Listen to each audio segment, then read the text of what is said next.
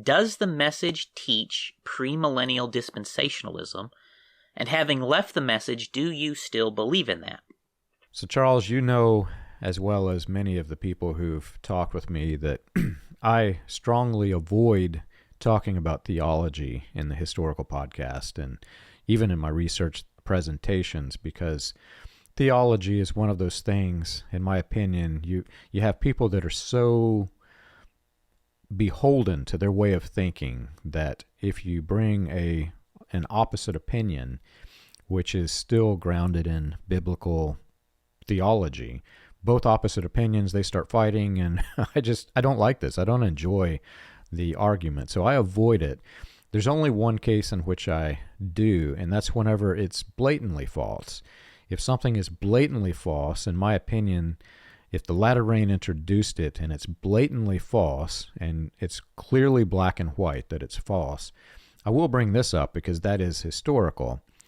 And this idea of premillennial dispensationalism, the different views on the book of Revelation and the corresponding chapters of the Bible, that is there are different views, and they're widely adopted by Christian ministers. Even in the same denominations of faith will hold opposing views. And you can't really say that one's right or one's wrong, because both have formed an opinion, and that opinion that they have is based on the Bible. When we first left the cult of personality, I'll never forget this. The church we went to had a plurality of elders, and each one of, I want to say that there were 4 elders, and I want to say each one did have a different view. It was either that or 3 of the 4 had a different view, but they had different views on premillennial dispensationalism. Some avoided dispensationalism altogether. You had the pre-trib rapture, and what it really boiled down to is the 4 different views of the book of Revelation: the futurist view, the preterist view, and I was shocked, man. How can you go to the same church and have different views on the Bible? It's supposed to be black or white, my brother. And I realize that's, now having deprogrammed from this, I realize that it's a very cult indoctrinated scheme to be very black or white. If you don't leave room for the gray, you also don't leave room for the exploration and try to understand, well, why is it gray? What do other people believe? Am I correct in my belief? If you take this approach that everybody else is wrong and I'm the only one right, you'll never, ever develop. So I entertained the notion of this, and whenever I started studying each of the different conflicting views on dispensationalism, anti-dispensationalism, rapture theology, anti-rapture theology, what I realized is that the way that the message presented it was black and white false. There was no question, because even in the parables, Jesus talks about that whenever he's talking about the parable of the wheat and tares, for example. The man comes up and says, "Let's pull all the weeds," and Jesus says, "No, let's let them both grow up together so that we don't damage the wheat, and then there will be an examination. We'll bring everybody up in the harvest. We'll take the wheat out of the picture. We'll take the tares out of the picture." Every single passage that I have found that talks about the dispensationalism in the way that William Branham taught it, William Branham taught a cult version of dispensationalism that is deemed heresy by every Christian denomination.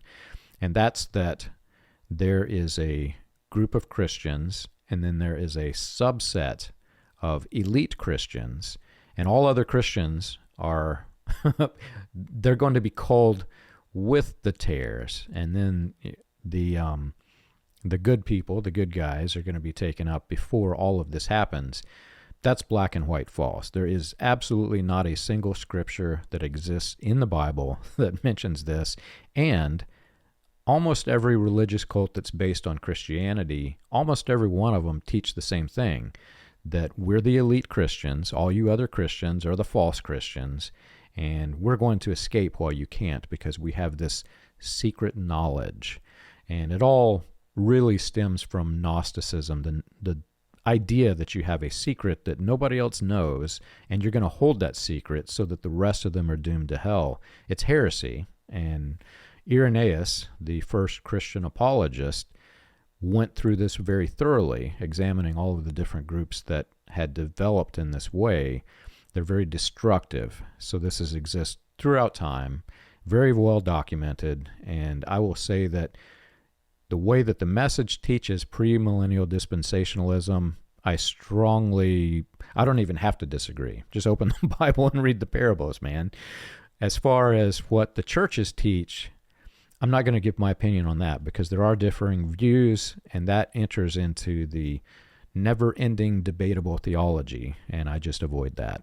I'll repeat the question. Does the message teach premillennial dispensationalism, and having left the message, do you still believe in that? And so the first part, the answer is a yes. The message was a premillennial dispensationalist group. But like you say, John, when you subtract William Branham as the last day, end of days, prophet, church age messenger piece, when you subtract that, the message's end of days teachings just collapses. It cannot exist without William Branham. So yes, there's definitely something deeply wrong with the message's end of days dispensationalist teachings, to be sure, because it cannot exist without William Branham, and William Branham was not who he claimed to be. So yes, there's definitely something seriously wrong there. And I would say what is unique about the message's dispensationalist views is that it is a combination of both Millerite ideas and some of the ideas that came from Darby and the Brethren.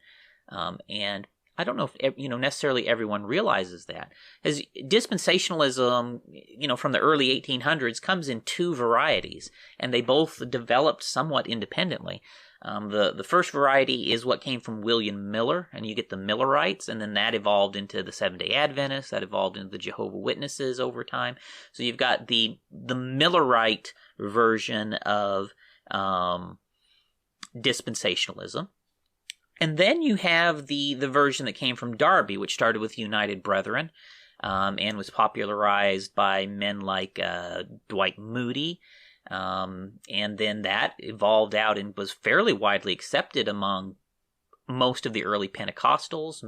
A lot of Baptists accepted it, and a lot of evangelicals today. So you've got kind of those two sides of it. You got the Millerite side, you've got the Darby side, and they've each kind of evolved on their own independent track. Well, the message merges the two, right? So William Branham, as we've mentioned before, he's mixing and matching from all over the place. William Branham is mixing these two very different systems of dispensationalism to produce what he came up with. And his ideas of church age messengers, his idea of Elijah coming to the church, these sort of things, these are flowing out of the Millerite side of things, right?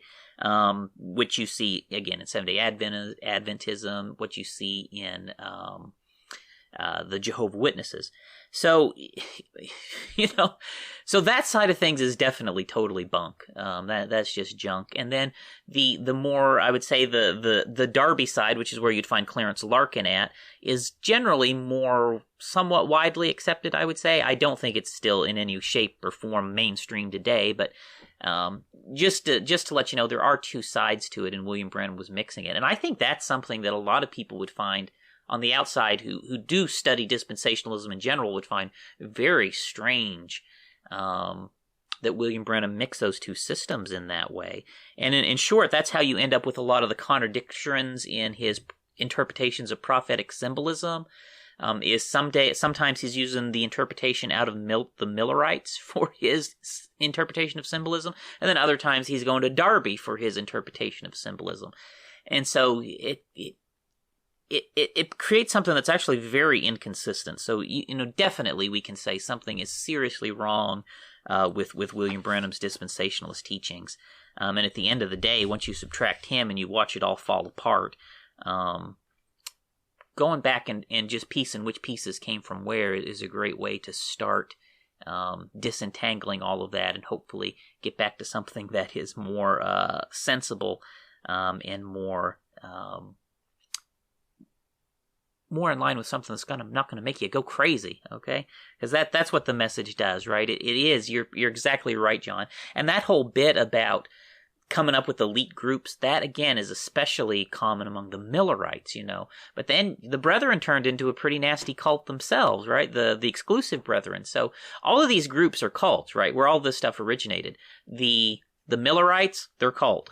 The Jehovah's Witnesses, yeah, they're a cult.